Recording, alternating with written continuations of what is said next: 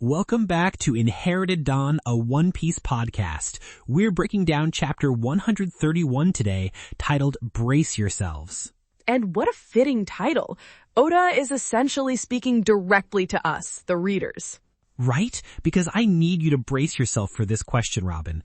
What do you do when a guy shows up, stands on the ocean, and then just decides to start eating your ship, your home?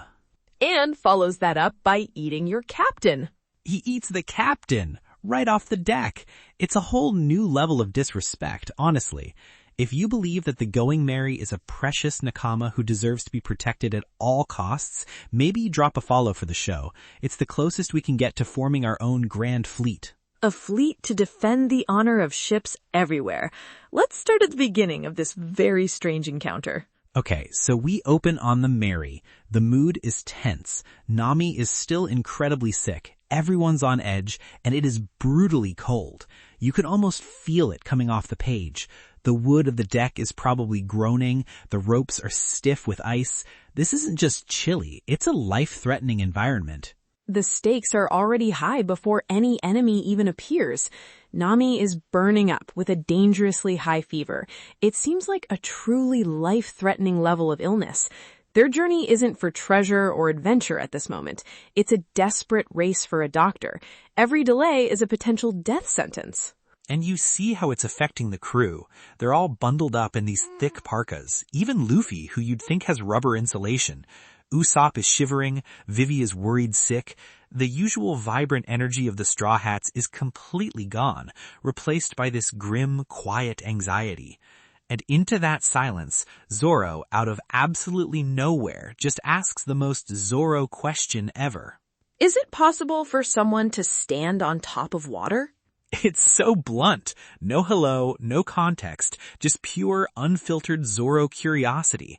It's like he just downloaded a new thought and had to run the program immediately. He's been standing there, on watch, just staring out at the horizon, and this is the conclusion he's come to. The crew's reaction is perfect. It's a collective, exhausted, "What are you talking about?" Usopp immediately shoots him down. Of course not. Stop saying stupid stuff. It's the voice of reason, or at least the voice of established physics in their world. And they even break it down logically. They're like, look, devil fruit users sink. We know this. It's rule number 1. Normal people, they might be able to swim, but they also sink eventually. That's how water works, Mosshead. Get with the program. It breaks a fundamental law of their world. To them, it's as absurd as asking, is it possible for the sky to be plaid? So naturally, they dismiss it as him just being strange, or maybe the cold is getting to his head. But he's not just asking a weird hypothetical. This is what I love about Zoro. He might get lost walking in a straight line, but when he is on watch, he is on watch. He's a lookout. He's doing his job. His senses are telling him something that his brain can't process, but he trusts his eyes over their preconceived notions of reality. He doubles down and says, okay, then how do you explain that guy over there? And he points. And everyone looks. The panel is brilliant. Just this tiny figure against the vast, empty white blue of the sea and sky. And there, standing on the surface of the ocean, is a man. Just chillin'. He's not swimming, he's not on a boat, he's not standing on a hidden rock. He's just standing there like it's a perfectly normal Tuesday. The visual of it is so unsettling. Oda just throws these impossible images at you. It's almost Lovecraftian in its wrongness. It's a violation of the natural order. In many ancient myths, figures who could walk on water were considered deities or prophets. It's a display of power that transcends the mortal realm. For a crew in the Grand Line, where the sea itself is their greatest adversary, seeing someone treat it like a sidewalk must be profoundly unnerving. You'd expect this guy to be some kind of ethereal, glowing god figure, right? But then we get a closer look at him, and he's just this weird, round dude in a big fur coat with a metal jaw. He looks more like a bizarre cartoon character than a divine being. The man's first words are a comment on the cold. It's so mundane, so out of place. He's performing a miracle, and he's complaining about the weather. Brr, it's cold. Like, yeah, dude, no kidding. That's the most normal thing about this entire situation. The crew just sort of agrees with him because what else do you say to that? Yeah, man, it is cold. Also, you're breaking the laws of physics and I'm having a small existential crisis. It's this awkward moment of shared reality before the other shoe drops. And the other shoe is a submarine. But it's not just any submarine. It's a tin hippo, a massive one. The water at the man's feet just erupts and this ship, the Bliking, bursts out from beneath the waves. It's a full-on ambush. This wasn't a chance encounter. This guy was waiting for them.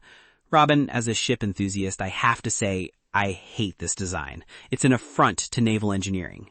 It is unconventional. It has the head of a hippo, but it's plated in what looks like tin, and there's a small castle on its back. A castle on a submarine. Do you know how hydrodynamics work? A castle is the least hydrodynamic shape possible, and the hippo head has these big goofy eyes. It's designed to be absurd, but it's also clearly functional. It's a weaponized joke, and the name Bliking even sounds like it's made of tin. The combination of elements is revealing. A submarine suggests stealth and espionage. A castle suggests royalty or nobility. A hippo suggests a very large mouth. The entire design is a form of foreshadowing for the man who commands it. This whole commotion finally brings Sanji out from below deck where he's been taking care of Nami. The noise is what draws him up, which is an important detail. He wasn't just lounging around, he was on nurse duty, probably trying to keep Nami comfortable, making sure she had water, checking her temperature. He has taken on the role of caretaker completely. His priority is Nami's well-being. This interruption is an obstacle to that mission. The best nurse. He steps out, cool as you like, doesn't even flinch at the giant tin hippo submarine that just surfaced. He stops to light a cigarette in the middle of this chaos, this plume of smoke rising from the freezing water, and just asks, "What happened?" Luffy's response is so simple and to the point. We were ambushed. Sanji's reply is perfect. He takes a long drag from his cigarette, exhales, looks around at the dozens of rifles pointed at them from every angle on the hippo's deck, and says, yeah, that's pretty obvious. I love his complete lack of panic. He just assesses the situation, takes a drag from his cigarette, and is ready to go. The man. This is when the captain of the ambushers, the guy who we learn is named Wapol, finally speaks up. He asks where the rest of their crew is. He seems surprised there are only 4 of them on deck. Luffy, Zoro, Usopp, and now Sanji. He's counting heads and thinks they're an easy target. He thinks he's got the numbers. Buddy, you have so completely misread the room. You don't count the Straw Hats, you weigh them. The power on that deck is already absurd. You have the future Pirate King, his first mate, his sharpshooter, and his chef. The core of the monster trio is standing right there. He's looking at a small crew and seeing weakness, not concentrated power. He then asks them for directions to Drum Kingdom. Okay, this is the part where the alarm bells go off, like full-on, klaxon blaring, red lights flashing alarm bells. They do. Let us analyze the inconsistencies. Why would a pirate crew with a fully functional submarine that can hide and travel underwater need directions from the very people they are ambushing? A submarine is the ultimate tool for reconnaissance. They could have followed the Straw Hats unseen for days if they wanted to. Exactly, and he's asking how to get to a winter island while standing on the deck of a winter-proofed ship wearing a giant fur-lined coat. His entire crew is dressed for the cold. This guy is clearly connected to Drum Kingdom. Why is he looking for it? It seems like it should be his home, right? I feel like this isn't a question, it's a test. He's trying to see what they know. Sanji, playing it cool, just tells them they don't know. A smart, simple lie to not give away their own destination or their desperation. Admitting they are also going to Drum would reveal their weakness, Nami's illness. And this is where it all goes wrong. This captain, this Wapol guy, he doesn't like that answer. He gets the sinister look on his face, and he decides to, what, threaten them? Fire a warning shot? No, he opens his mouth to an impossible, horrifying size and takes a giant bite out of the Going Mary's railing. He just starts eating their ship. He eats their ship, Robin. You don't do that. You just don't. That's not a negotiating tactic. That's a declaration of war. The Mary isn't just a vehicle. We've seen them care for her, repair her, paint her. She's their home. It's carried them all this way from Syrup Village. It's a member of the crew, and this guy is treating it like a snack, an appetizer. This has to be a devil fruit.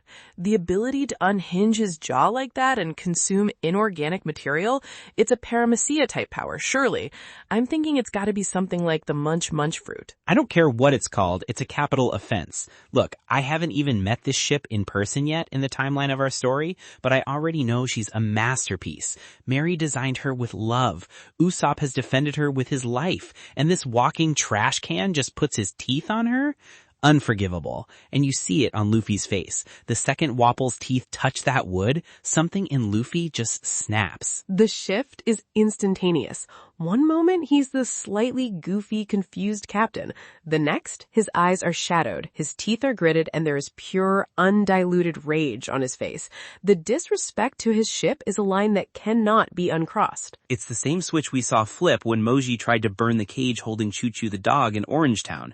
You do not harm the things Luffy has chosen to protect. There's no discussion, no warning. It goes from 0 to 100 instantly. He just screams the guy's name, Wapol, and launches a Gomu Gomu no pistol straight at his face. That's the pure protective instinct of a captain. You hurt my friends, you hurt my ship, you're done. Period. But Wapol's ability is more versatile than just eating ships. He's been waiting for this. Terrifyingly so. As Luffy's fist is flying towards him, Wapol's mouth opens wide again, wider than should be physically possible, and he just swallows Luffy. The whole person. Luffy flies straight down his gullet. He just inhales him. An attack nullified completely. It's a chillingly effective defense. He doesn't block the punch, he consumes the user. It's a perfect counter to a close-range fighter like Luffy. What can you do against an enemy whose primary defense is to absorb you? Bro, it's horrifying. Luffy is just gone, vanished into this dude's mouth. The crew is in shock. Zoro is just standing there, sword half drawn, like he can't even process what he just saw. At that exact moment, Vivi finally comes up on deck to see what all the noise is about, probably worried the fighting would disturb Nami. And the first thing she sees is this bizarre-looking man who has just eaten her friend. Her expression is one of pure terror and disbelief, but it's more than that. You can see it in her eyes. She feels like she's met him before. She recognizes him, and it's like a name flashes in her mind. Wapol. But in the moment, she's just staring, a flicker of recognition in her eyes. Okay, but think about what this means.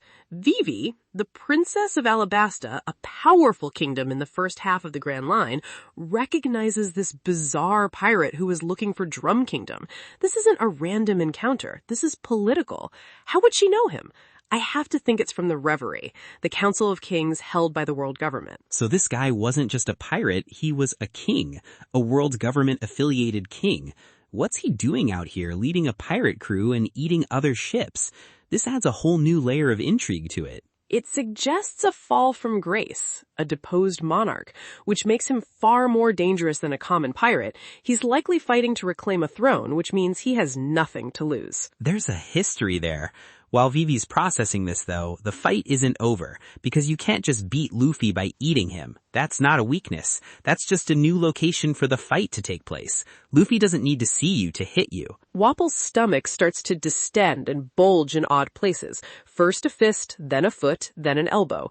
Luffy is still fighting from the inside, a flurry of rubbery limbs turning Wapol's torso into a bouncy castle of pain. You can't contain that energy. It's like trying to put a hurricane in a shoebox.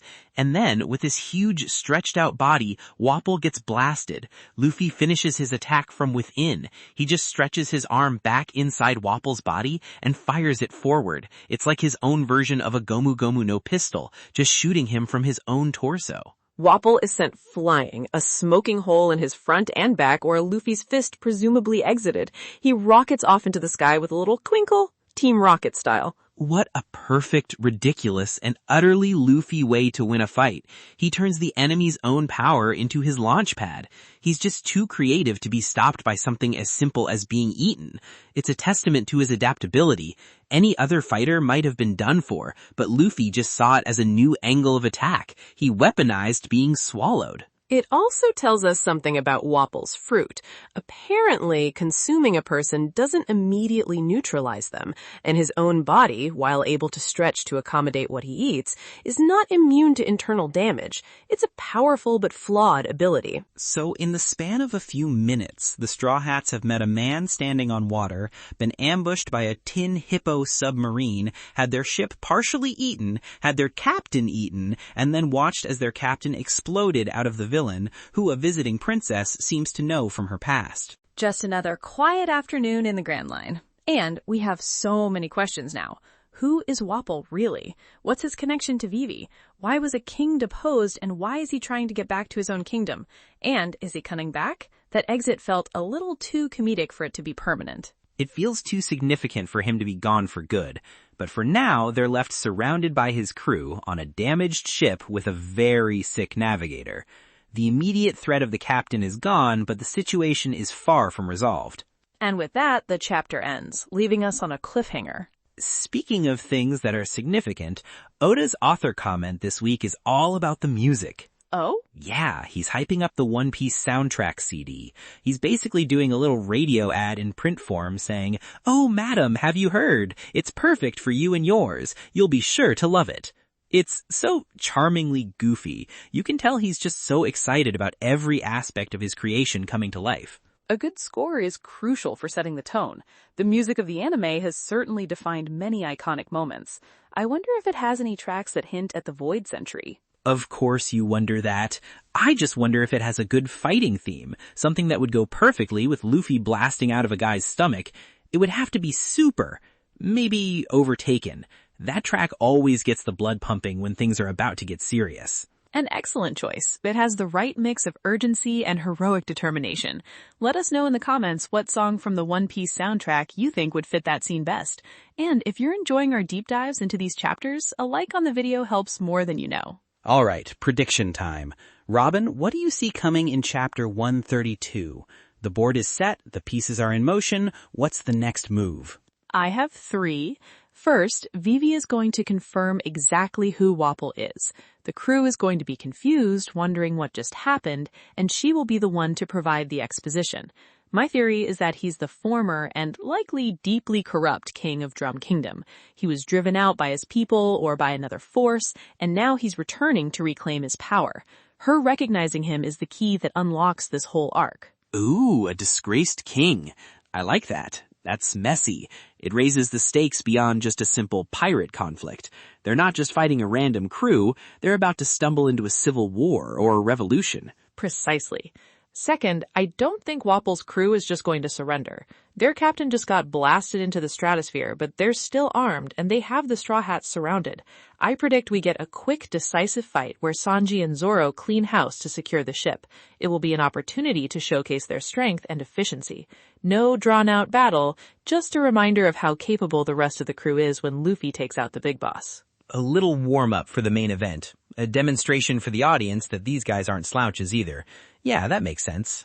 Sanji's probably pissed they interrupted his nursing duties, and Zoro's probably just bored. Bad combination for those tin pot soldiers. And my third prediction is a dark one. The stress of this encounter, the percussive shock of the submarine surfacing and the fight, the freezing cold and the delay this has caused, is going to make Nami's condition significantly worse. We'll cut back to her below deck, and Vivi or Sanji will find that her fever has spiked dangerously. The chapter will end on her gasping for breath or passing out, making their arrival at Drum an immediate matter of life and death. Ah, man, that's classic Oda. Raise the stakes right after a victory. You get this moment of, yeah, Luffy won, and then he immediately hits you with, but you're running out of time. It keeps the tension unbearably high. Okay, my turn. My predictions. I'm listening. My first prediction is that the very first thing they do next chapter, after dealing with the grunts, is going to focus on the ship. Specifically, Luffy and Usopp are going to be obsessing over the bite mark on the railing. They won't just brush it off. It's going to be a moment for them to show their love for the Mary. There will be frantic measuring, declarations of unforgivable, and a solemn wow to fix her perfectly. It's a character moment for them and for the ship. A shipwright is sorely needed on this crew. Their heartfelt passion often exceeds their technical skill in carpentry. Tell me about it. It pains me to watch sometimes. Second prediction. Wapol is not gone. We're going to get a short scene, maybe just a page or two, that cuts away from the Mary. We'll see him crash land on a nearby piece of ice or a small snowy island. He'll be dazed, maybe comically flattened, but he won't be out of the story, not by a long shot.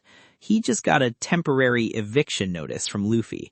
He's going to be furious and will start making his way towards Drum on foot, or whatever he does. So he'll be a recurring threat throughout the journey to the island itself. A parallel journey of menace. Exactly. He's the ticking clock villain for this leg of the journey. And my third prediction, a small character one, the chapter will start with Sanji immediately going back to work after the fight. The adrenaline will be high, everyone will be cold. He's going to make everyone hot chocolate or some kind of warm, hearty soup to fight off the chill.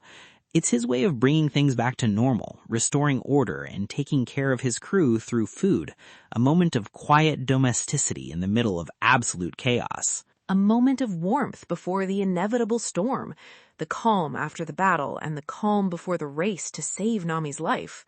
I can see that. It fits his character perfectly. That's it for us this week. This chapter was a wild ride, a perfect example of how One Piece can blend high-stakes drama, world-building, and complete absurdity all in the span of 19 pages. It has laid the groundwork for a new island, a new conflict, and a new mystery. The Grand Line continues to be an unpredictable and dangerous sea. We'll see you next time as we sail closer to the drums of winter.